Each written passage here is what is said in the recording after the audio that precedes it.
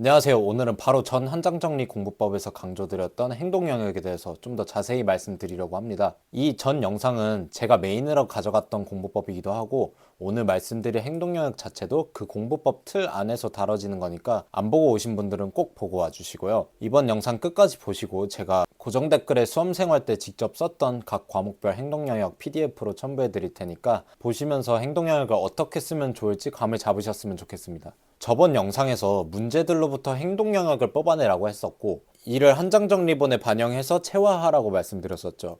행동 영역은 조건문과 명령문으로 이루어집니다. 쉽게 말해 뭐뭐 하면 뭐뭐 해라 혹은 뭐뭐 할 때 뭐뭐 하라 이런 식으로 말이죠. 또는 간단한 예시로 로그가 나오면 진수가 0보다 크다를 쓰고 시작해라와 같이요. 여러분 가끔씩 문제 풀고 나서 안 풀려가지고 답지나 강의 보면 아니 이걸 어떻게 떠올려 하신 적 있으시죠?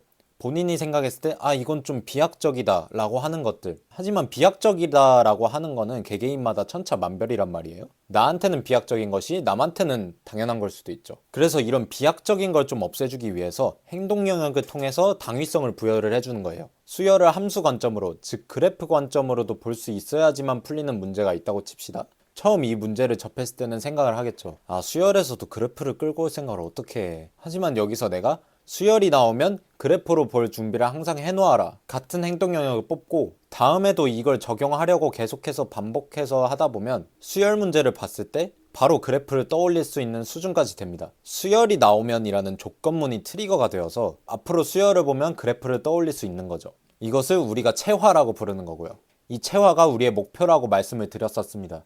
자, 첫 번째로 기출 위주로 틀린 문제, 오래 걸린 문제, 맞았는데 애매한 모든 문제들에서 사고 과정을 검토합니다. 저번에 말씀드렸던 거죠. 자, 두 번째로 막혔던 부분을 다음 풀이 과정으로 넘어가려면 어떤 생각을 해야 되는지 혹은 문제를 풀 때 생각했어야 됐던 것들을 아까 말씀드린 조건문과 명령문으로 행동 영역을 작성합니다. 이 과정에서 충분한 고민이 이루어져야 하고 강사들의 풀이나 혹은 답지를 이용해서 작성을 합니다.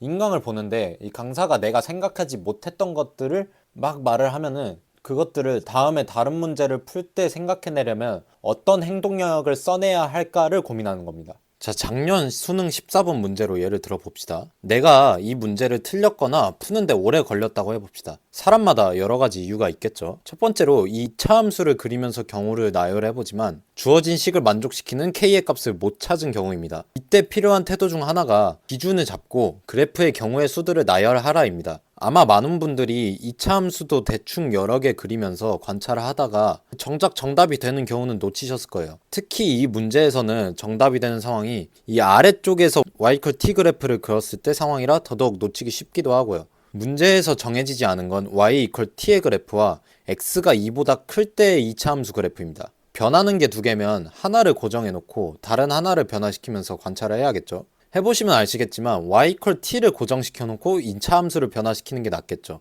y t를 이렇게 고정해 놓고 2차 함수와의 교점이 0개일 때, 접할 때, 2개일 때를 관찰을 하는 겁니다. 하지만 이 과정에서 시간이 지체될 이유가 하나가 더 생기죠. 이렇게 무의미한 영역에서 y t를 움직여가면서 관찰하는 경우입니다.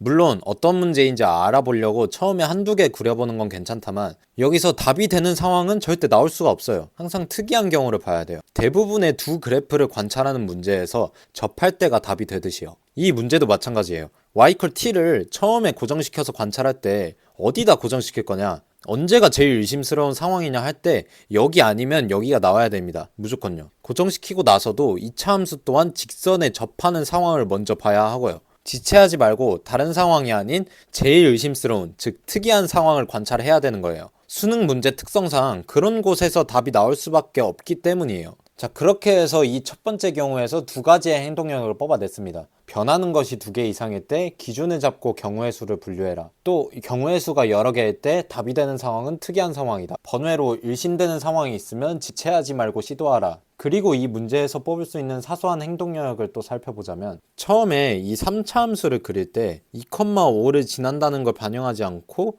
대충 이렇게 그렸다면 혹은 대충 이렇게 그렸다면 풀이가 산으로 갔겠죠. 이걸 교정하기 위한 행동 영역을 써보자면 x축과 평행한 직선과의 교점을 관찰할 때 그래프의 y값을 반영하여 그려라 를 쓸 수 있겠고요. 또 정답에서의 상황에서 식을 써내면 이런 식으로 부정방정식이 나옵니다. 그치만 여기서 순서상을 써내려 한다면 분수 때문에 걸리적거려서 시간이 지체되거나 실수할 가능성이 있게 됩니다. 그래서 이런 식으로 자연수꼴로 바꿔주는 거죠. 이런 경우에는 부정방정식이 나오면 각 항을 자연수꼴로 바꿔라 라고 행동영역을 쓸 수 있겠습니다. 국어나 영어, 탐구도 마찬가지입니다. 조금 더 단계별 풀이를 요구하는 수학과는 비교적으로 행동영역의 가지수가 적을 수는 있겠지만요. 국어 같은 경우에는 좀 더 지문을 보는 태도와 선지를 가려낼 때의 태도 위주로 많이 써냈습니다. 간단한 예를 몇 개 들자면 먼저 법지문에서 예외가 나온다면 힘을 주고 읽어라인데요. 법지문에 보기 문제 있죠. 이 보기 문제의 대부분의 답이 되는 선지는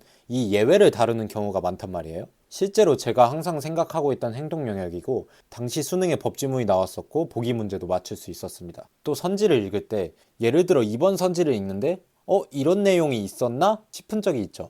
그럴 때 지문으로 넘어가서 이 내용들을 확인하려고 찾게 되면 시간이 너무 많이 소요되고 아직 읽지 않은 2번 뒤에 선지가 답이 되는 경우가 많았어요. 그런 게 있었나 생각이 될 때 서치하지 말고 일단 넘어가 라는 행동 영역을 써냈었어요. 영어에서는 제가 빈칸 문제를 풀 때 쭉 읽고 나서 바로 답을 못 고른다면 이 답을 바로 못 골랐을 때 이 선지랑 빈칸만 왔다 갔다 하면서 맞추려는 것은 도움이 안 되고 시간 낭비라고 생각을 했어서 지문을 읽고 바로 답이 안 나온다면 머리 리셋하고 처음부터 다시 읽어라 라는 행동 영역을 썼었어요.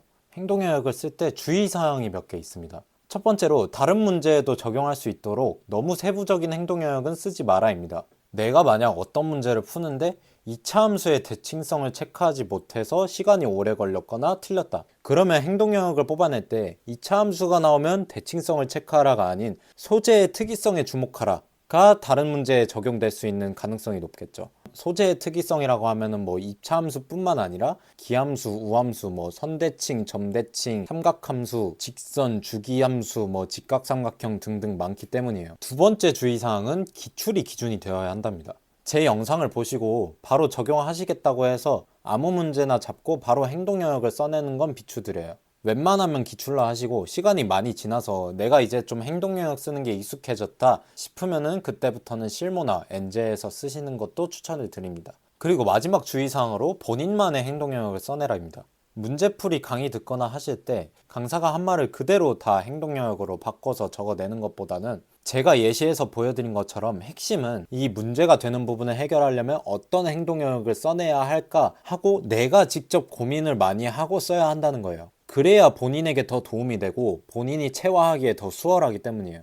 물론 강사가 해주는 말이 내 문제를 해결해주는 직접적인 말이라면 써내셔도 무방합니다. 자, 이렇게 해서 행동 영역에 대한 설명을 마쳤는데요.